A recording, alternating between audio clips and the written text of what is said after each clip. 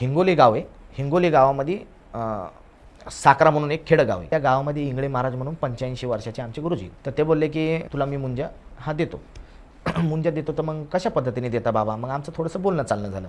तर ते म्हटले की तू एक काम कर, पावसाच्या वातावरणात मी म्हटलं बसू, आपली साधना पूर्ण करू, मुंजा आला तर ठीक, नाही आला तरी पण ठीक. मध्ये आम्ही ती झोपडी बांधली, जी राहायची आमची झोपडी होती.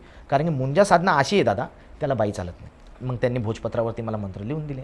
मुंजाचे मंत्र लिहून दिल्याच्यानंतर मला त्यांनी पहिल्या स्टार्टिंगला सांगितलं की बाबा याची पद्धत अशी, बसायची पद्धत अशी.